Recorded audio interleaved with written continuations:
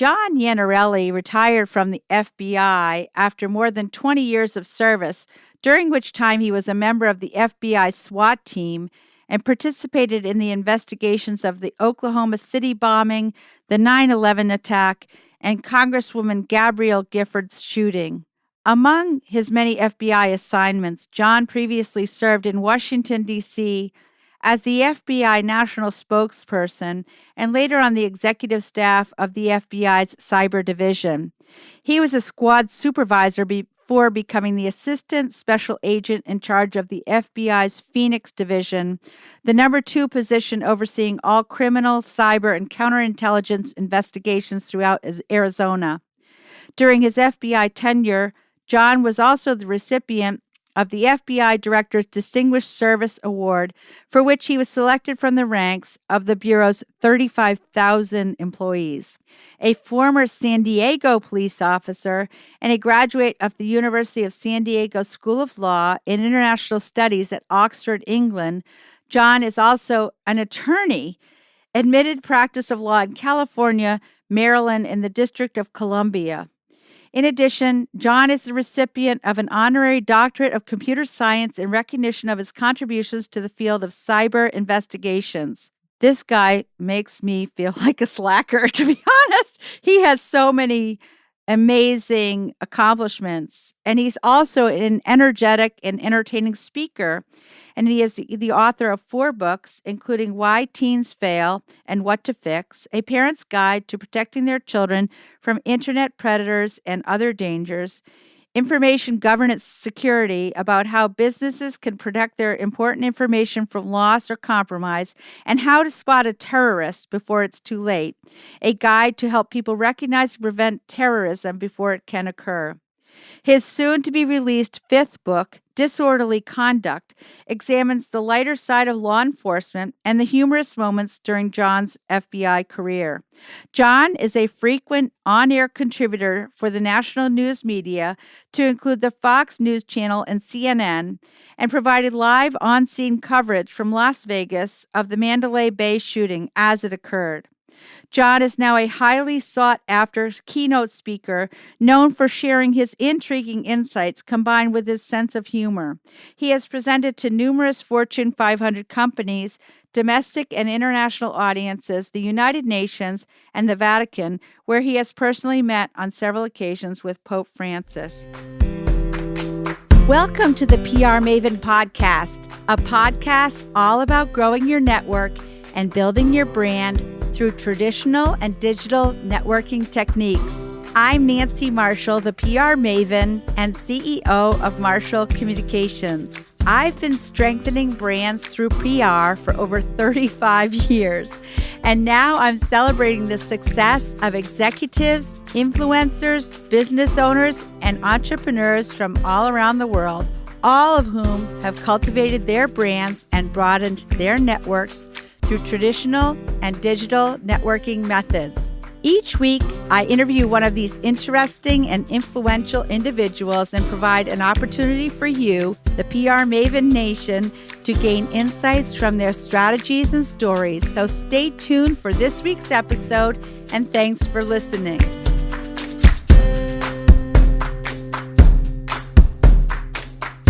Okay, John, to kick things off, tell us about your career and how you got into it in the first place. Well, first of all, I started off as a police officer years ago in San Diego, and I always had a desire to join the FBI. So back then, you had to be a lawyer or an accountant.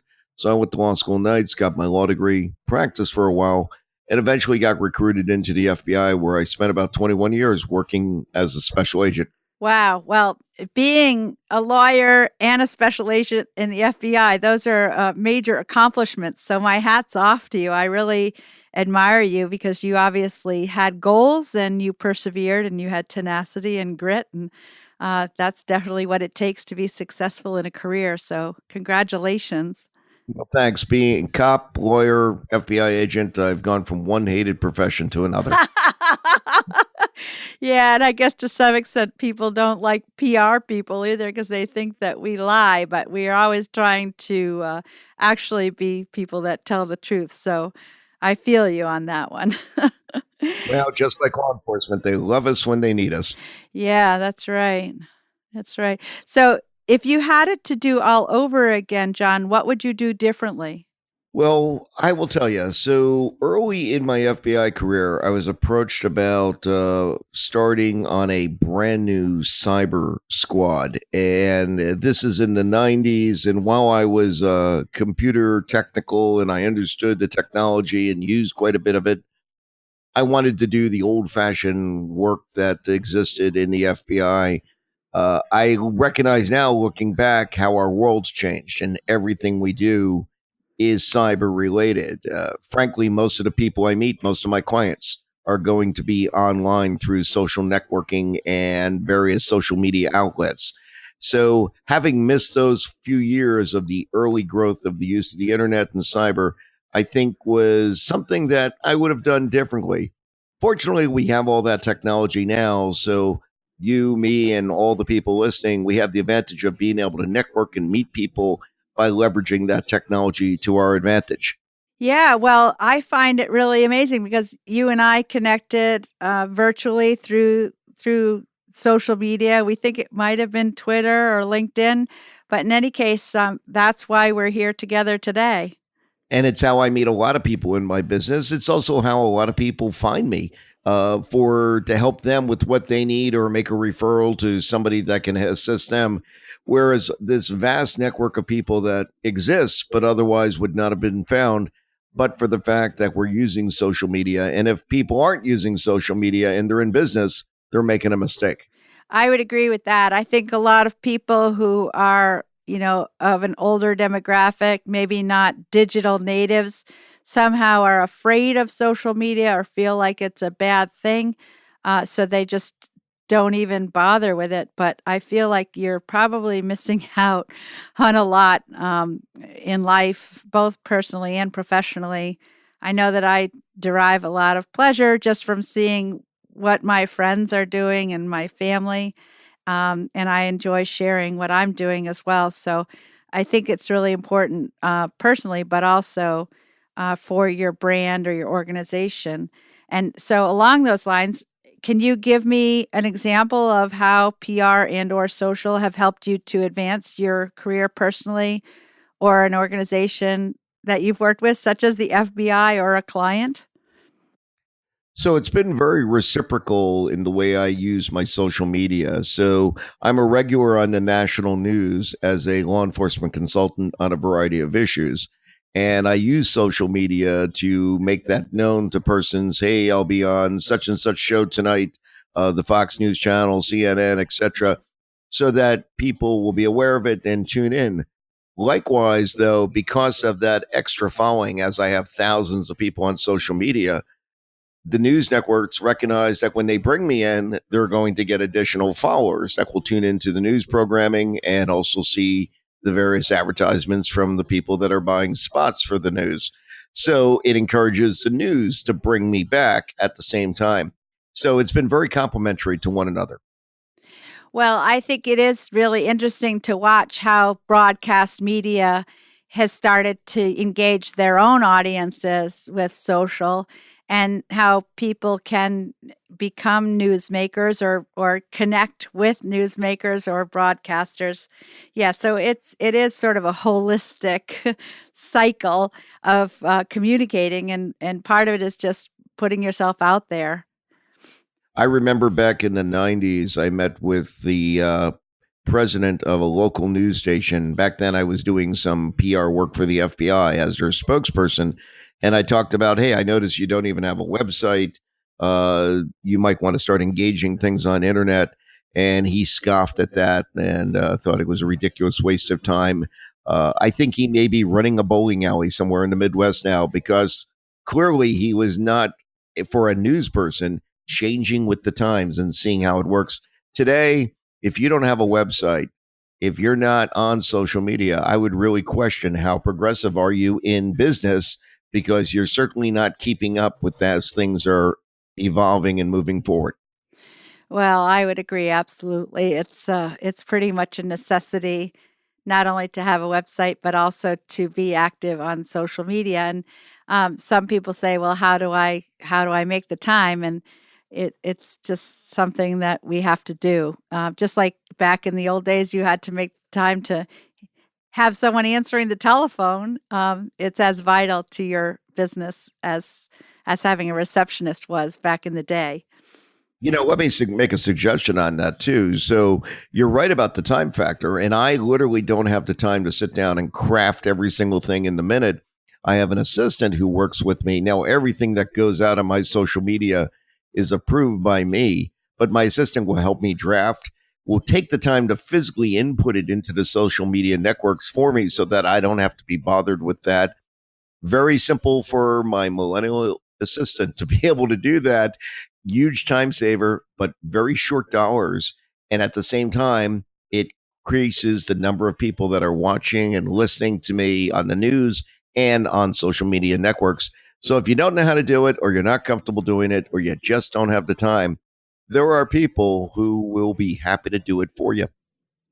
Well, that's interesting. I have interviewed a couple of my millennial employees and actually Gen Y employees, and they love learning the old techniques from me. So it always does go both ways. And I think those of us who have worked for a long time should be finding people that want to have mentors, and that's one of the things that gives me great pleasure, actually.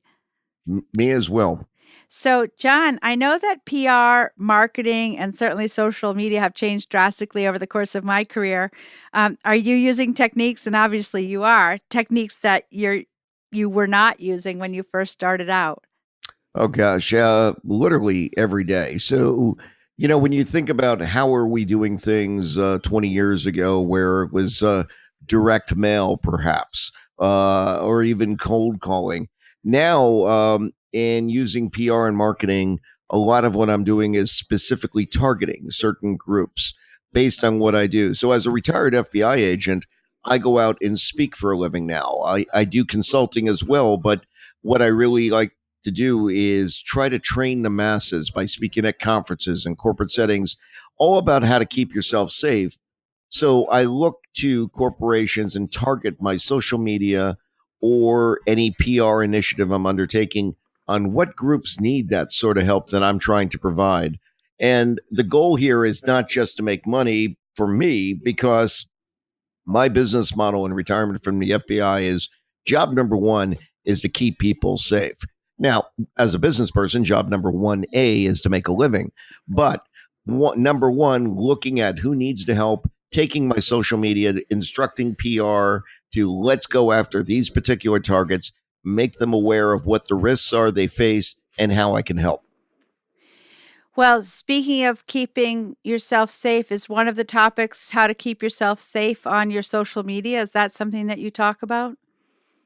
Well, I certainly talk about cybersecurity, and not just for your business, but in other areas. And the reality is, there are so many dangers in social media and other places. If you're going to turn your computer on, you are exposing yourself. That's the bottom line. But you can mitigate those threats, you can limit them, and you can be safe. So I go out and I talk about that as well, and trying to keep people aware of what the dangers are and how you can avoid those dangers. The crooks are going to be out there, but it's like you and I going for a walk in the woods and a bear comes along. I don't have to outrun the bear. I just got to outrun you. And so if you You're going to leave me behind for the bear to eat? should have put on your running shoes. But if you're somebody out there and you're a little safer on your social media, your business, the way you're doing things on the internet, the crook is not going to bother with you. They're going to go on to that next person who is not being careful. So just a little bit of protection can keep you very safe. So, since we're on this topic, what is your top tip for our readers about what they can do to keep themselves safe on social media? So on social media, while it's all about putting yourself out there, you have to be careful of what you put yourself out there. So, for example, if you go to any of my social media, you won't find my date of birth. A lot of people put out their date of birth. They want people to know when their birthday is, etc. Some social media requires it, and I just put January 1, 1900 or whatever year I want. Because if you have my actual date of birth, it makes it much easier for you to get credit in my name. That's essentially all you need for a credit card application. I don't want anyone taking my name, filling out a credit card. I might find out about it a couple of months down the road after $10,000, $20,000 worth of charges I now have to dispute. Tip number one to keep yourself safe. Oh, that's really interesting because so many people, put their birthday out there, and then everybody on Facebook and LinkedIn and every other social platform are wishing them a happy birthday. So that is a very good tip. I guess I should go back and take my birthday out of all my social platforms. Thanks for that. You're welcome. Yeah, because as you said, I mean, you don't want somebody to be stealing your identity and getting a credit card with your name on it, obviously. That's right. So, John, what have been some of the obstacles to success in your career and how have you overcome them? So I think a lot of things that most people will find in business is what service am I providing that's different from the other guy that's providing a particular service. There's a lot of FBI agents out there. Whether or not you've ever met one before, the FBI employs about 12,000 agents, and those agents retire, go out into the careers, and are doing some of the same things that I'm doing. Likewise, there's a lot of people in the private sector that do what I do, having not been FBI agents. So, what is it that makes me different? And that's the importance, is distinguishing yourself, setting yourself apart. So what I've done for my business is, number one, when I go out and speak, I try to be entertaining as well. I've got a healthy sense of humor and I use it freely while speaking. People don't really expect that from an FBI agent, let alone from a guy who's going to come in and talk about cybersecurity. I've been to a lot of cyber presentations where they're speaking Klingon instead of talking to the audience in plain English and letting them know what's going on. Likewise, I've had some great experiences in the FBI. I've also had some harrowing experiences. Like every agent, I was involved in the 9/11 investigation. I was on scene when Gabby Giffords was shot doing the investigation there. I was at Las Vegas when the shooting at Mandalay Bay occurred. So when I talk to my audiences, I give them real life examples from the ground of where I was. And you're going to hear a lot of behind the scenes stories that you've never heard of before because they just didn't make the papers. That's what I bring that distinguishes me from some other speaker that you would bring in who will give you a lot of knowledge, but he won't give you a good story. And really, a story is what people want to hear. Oh, yes. From the beginning of time, we've all wanted stories, not only the beginning of human civilization, but even from the time we were babies ourselves. Our mothers told us stories, our parents told us bedtime stories. So I think, yes, that it's great if you can differentiate yourself from every other retired FBI agent or retired police officer by having a story. And of course, I'm a big advocate for developing your personal brand. So, differentiation and positioning yourself as an expert are the keys to that. So, obviously, that's something that you've done, and I congratulate you for that, John. Thank you. With me, you get a unique story with a unique experience and a healthy sense of humor. I love that because I share that those traits as well, especially the sense of humor part. As a matter of fact, sometimes I start laughing during this podcast so hard that we have to turn off the recorder because I'm like laughing. So, in any case, we're going to continue this conversation with John shortly. But I first wanted to share with PR Maven Nation some exciting news. We've created a PR Maven Nation podcast listener line, and listeners can now call in to 207-620-9075 to get in touch with me and ask me questions, share feedback or ideas. And if you let us know that it's okay to use the recording, we'll use the recording as part of the podcast. I'm looking forward to having this new feature on the PR Maven podcast. And we're going to take a quick break. But first, actually, it's also time for our giveaway of a copy of my book, PR Works, and a Things to Do pad. So go to prmaven.com/giveaway and sign up. You could be our next winner. And we're going to be back with John in just a moment.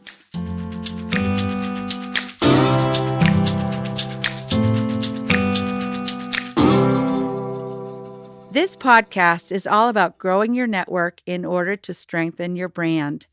In my 30-plus year marketing and PR career, I have seen many organizations waste their precious time and money on marketing because they're trying to obtain success without any strategy to achieve their goals.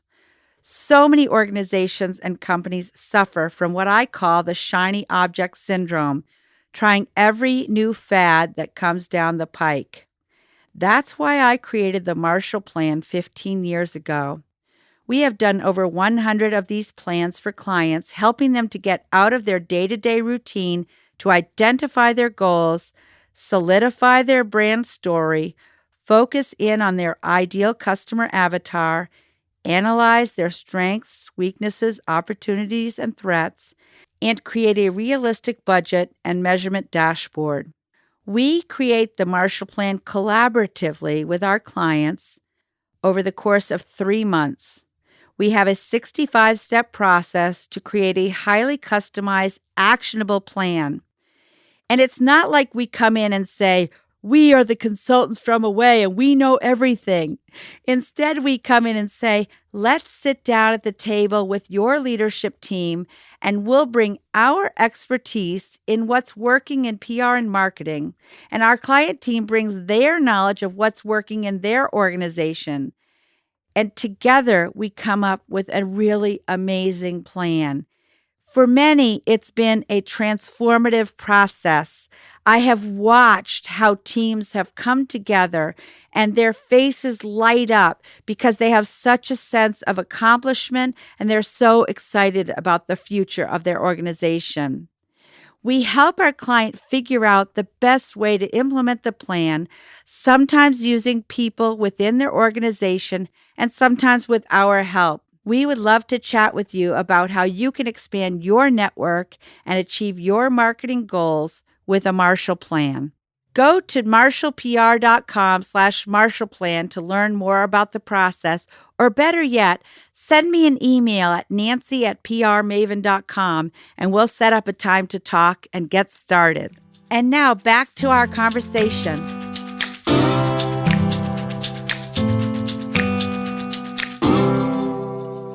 Okay, welcome back, PR Maven Nation. And today we're talking with John Iannarelli, FBI agent, and I want to dive right back in with more questions. John, you've been telling me during our break about some of your speaking engagements. Tell me more about where you go and what you talk about and the multimedia content you're sharing. I travel all over the world for speaking engagements, and most of which are done in the U.S., but I've been elsewhere. One of the most interesting speaking engagements that I've had the good fortune of doing multiple times is I've been invited to the Vatican to talk about cybersecurity, which allowed me, I had a personal meeting with Pope Francis on a couple of different occasions. And I think that's a great telling that if the Vatican is so worried and concerned about cybersecurity, perhaps we all should be. You would think everything the Vatican has is public. I mean, it's all printed in the Bible. But nevertheless, they have things that they're concerned with that they want to keep secure. They don't want rogue nations hacking in or somebody else. So if the Pope is going to take time out of his day to talk to little old me about cybersecurity, it probably would be a good thing for others to do as well. But in addition to not just cybersecurity, I go out and talk about the active shooter, having been involved in a number of major active shooting events during my professional career. I also talk about terrorism. I have a book I wrote on terrorism called How to Spot a Terrorist. And essentially, post 9/11, we all heard, if you see something, say something. I took the time to write about what you actually should be looking for that would be helpful to law enforcement. So those are my main topics that I'll go out and address to audiences. Well, it's as a mom and an employer and just a citizen, it's very sad that we have to be focusing on these kind of topics today, but it is a reality. And, it's a complex subject, and human beings are complex. But I'm glad that you're providing content that's really helping people because, these are situations that nobody wants to be involved with, but it is a reality in today's society, obviously. There's always been crime and there's always been offenses. They change over the years from what we've seen in the past to what we're seeing today. And perhaps 50 years from now, it'll be something different. But what I do is none of this is about scaring people or making people paranoid. It's about empowering.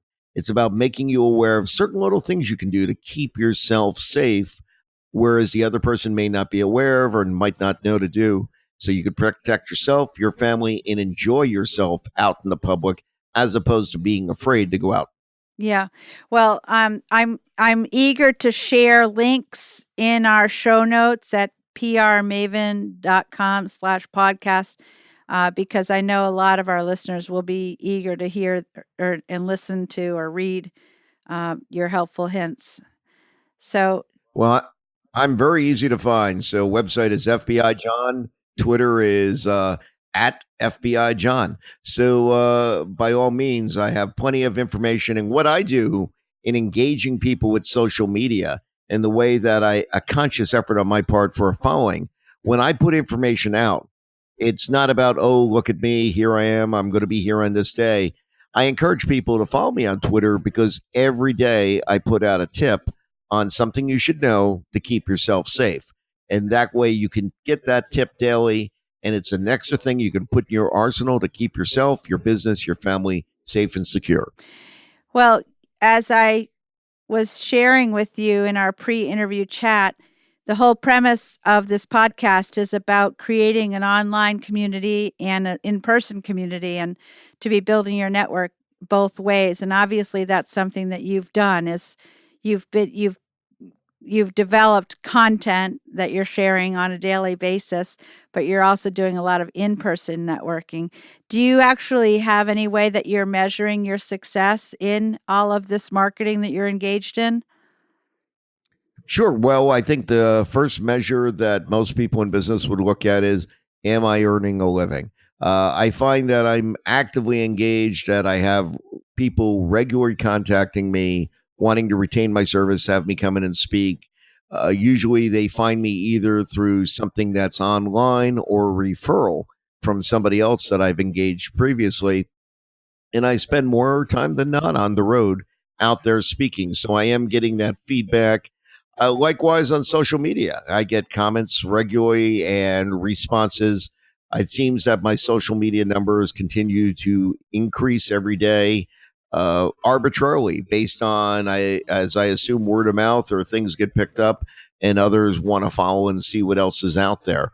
So it's been positive feedback for me. But at the same time, more importantly, it's been an opportunity. Every time there's more feedback, there's more opportunity to keep people safe.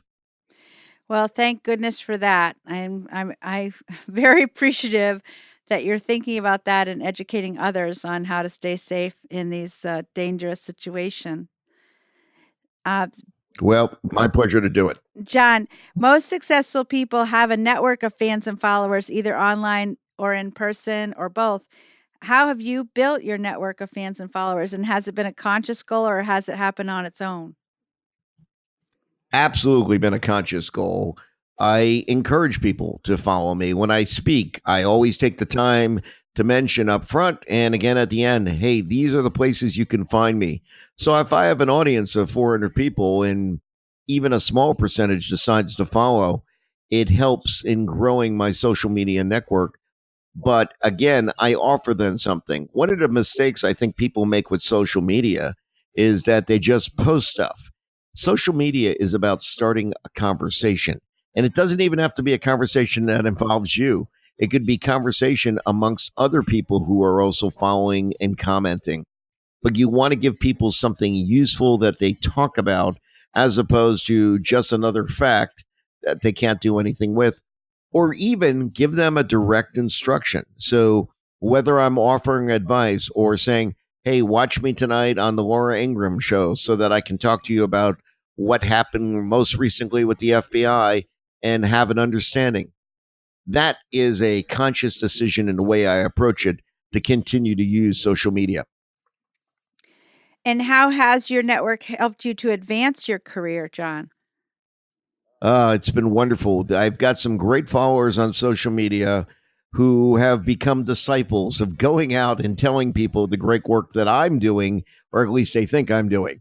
And they will go out and say, you got to hear this guy. He's very funny. He's very entertaining, but boy, is he informative. I was scared and laughing at the same time. By people speaking on my behalf, they've become advocates for my business. It's like having PR persons out there that you're not paying to try to promote what you're doing, all of which is a byproduct of that social media. Well, yeah, I mean, I think what you have out there are what I would call brand ambassadors, and you've done a great job of building your personal brand, and that's been by telling your unique story, which actually is very unique because of all the situations you've been involved with and all the people you've helped. So, kudos to you on that. And I've been very fortunate, to develop the brand FBI John. It's easy to remember, it's easy to find. And also, once you become familiar with it, it's synonymous with what you're going to get.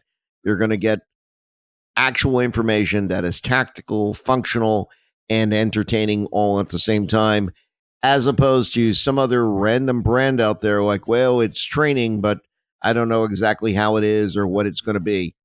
My brand is clear that what you see is what you're going to get. Yeah, well, that's great. You've positioned yourself as an expert, a thought leader, an authority, and as you said, it's entertaining as well. So I really admire you, and I want to know, like, do you have any kind of inspirational resource, whether it's a book, a website, or an app that you use to help get your creative juices flowing? What I think is important if you're in any field is you've got to stay current. A lot of times I've seen people who speak on a variety of subjects. I can listen to them speak and I'll come back 5 years later and they're still talking about the same thing. I make it a point to try to learn something new every single day. And I use technology to help me with that, to hunt down what is new, but I make it a point to read this stuff. And as I get it, I incorporate worthy pieces into my presentations, always updating. So, especially in the world of cyber, it changes so much. If I come out and speak to your company today, you're going to get what's happening today. A year from now, have me back, I'll probably be telling you a different story because the threats and the landscape changes. Well, definitely being a lifelong learner and a lifelong student is essential in both your career and mine. And I feel that the internet has helped us so much because there is so much content. One thing that's difficult is actually like sifting through the content and knowing what you should pay attention to and what's frivolous. But is there one newsletter or app that you look at the most often? My suggestion to your listeners would be as simple as set a Google alert for whatever it is that interests you that you're doing. Create a Google alert, and every day you'll get an automatic email of every story out there that appeared with those words that you set in your alert. And so for me, I'm looking at cybersecurity, terrorism, active shooter. I will get these updates. I will scan the articles, and whatever is of particular interest, I'll take the time to read word for word. But that way, I don't miss anything. Every day, I'm seeing what's in the news, what's out there. And it's not just newspapers and television stations, magazine articles coming from various periodicals. It really helps me stay on the cutting edge. That's a really good piece of advice. You know, we use Google Alerts to track what's in the news with regard to our clients at Marshall Communications, as well as ourselves and my own name. But just to create a Google alert about the general topic that you're interested in is a very good suggestion. So, for those of you who haven't used Google Alerts, it's google.com/alerts. And you just simply type in whatever topic you're interested in or even your own name. I would recommend that everybody actually type in your own name or your company name and Google will serve up those emails to you as often as you want. You can get one a day, or you can get it as it appears. So it is a really useful service, and it's free actually from the Google. And I always say the Google knows everything. So, yeah, for better or for worse, right, John? That's right. It may be free, but you better believe Google's making money one way or another off of you. Oh, yeah. But they're going to do it anyway, so you might as well take advantage of their service. Right. And that's a topic that we actually we could cover in maybe your second episode when we have you come back, because I would love to explore with you just how much information is available out there about each of us, and what you say about, your one big piece of advice, not letting your birth date be floating around out there in cyberspace, is very good advice.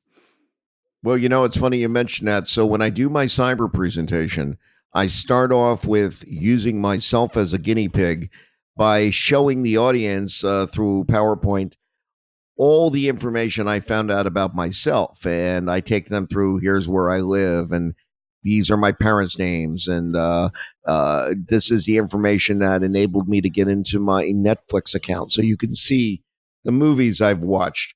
There's a lot of info out there if you know how to find it.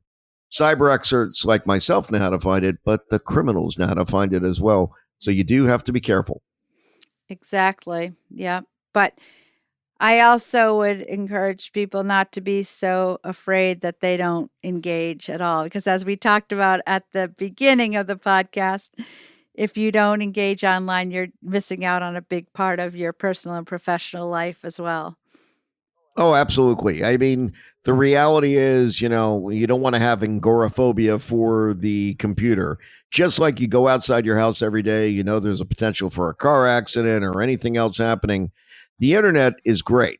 There's that fractional percentage of people out there that are crooks on the internet, and that's why you lock your door when you leave your house. You turn on the alarm when you go to bed at night. The same thing with the internet. You want to have your software. You want to know you're not just going to let a random stranger into your house. Don't let a random stranger into your personal information online. Just be careful, but be active. It is the way of the world. It's how we engage with people in the 21st century. And if you're not involved in the internet, you're missing out, and the world's going to pass you by. Right. Yeah. Well, thank you, John. And do you have one piece of advice that you'd like to give to someone who's just starting out in their career? I will tell you, you may think there's a lot of competition out there, and the true answer is you're right. But there's a lot of clientele out there. There is a lot of room in this industry. So don't worry about getting your slice of the pie. Worry about making it a bigger pie. There is work for everyone as long as you're providing something of quality that people want to have. So go after it. That is very good advice. I would agree. And, a lot of success, I think, just comes from persistence and getting up every day and keeping on doing what you're doing, and having that tenacity and persistence and grit that it takes to be successful. So that's something that I have found after having had an agency now for almost 30 years. And I have to say that podcasting actually has opened up a whole new world for me. I just love these conversations that I can have with people like you. And you found me online, and I'm so glad you reached out, because I don't think I would have attended one of the conferences, to be honest, that you're speaking at. But I'm really enjoying this conversation. And as we talked about previously, I always feel like if you meet somebody online, you should try to meet them. So hopefully I can meet you in person someday. Well, I'm a big fan of Maine. I vacationed in Gunquit every summer for years. And so love to go back there every chance I get. Well, we do handle the PR for the State of Maine Office of Tourism. So, yes, there are a lot of beautiful places in Maine, and Agunquit is just one of them. So, John, do you have one parting thought you'd like to share with PR Maven Nation? As I said, there's a lot of work out there. Engage. Don't be afraid to get out on social media. Don't be afraid to utilize and leverage PR. as you said, it's a mix. You want to get out there online. You want to meet people in public. And if you meet them one way, you should be doing it the other to follow up and vice versa. That way you have a nice advantage over the others in your clientele, your competition who aren't making those sort of efforts. It's a little bit of time each and every day, but it pays off in the end much more than having not done it. I agree absolutely. And actually, for me, the kind of connections that I make energize me. So even though it might take a little time, I feel like it gives me more energy to go on and make more connections and grow my own network. So I'm grateful. I sometimes say that I believe social media was actually created just for me because it allows me to Yeah. socialize. I'm a very social person, as you might suspect. Well, that's a good thing. So, John, my final question is to help PR Maven Nation connect with you. I know you've mentioned some of the ways already, but what are the best ways our listeners can get in touch with you? You can go to my website, very easy to find, fbijohn.com, or follow me on Twitter at FBIJohn, and that's JOHN. All right. Well, thank you, John. Thanks for your time today. I think what you offer is really helpful, and you do bring a lot to the table as far as the experiences that you've had. And I'm very eager for you to connect with one of my other most popular guests on this podcast, which is Detective Tim Cotton from the Bangor, Maine Police Department. And I mentioned him to you during our break. And I'm going to make sure that the two of you connect because I think in your law enforcement field, you'll have a lot of things in common to chat about. Plus, you both have very good senses of humor. So that's a good thing to bring to what is otherwise sometimes a pretty serious profession.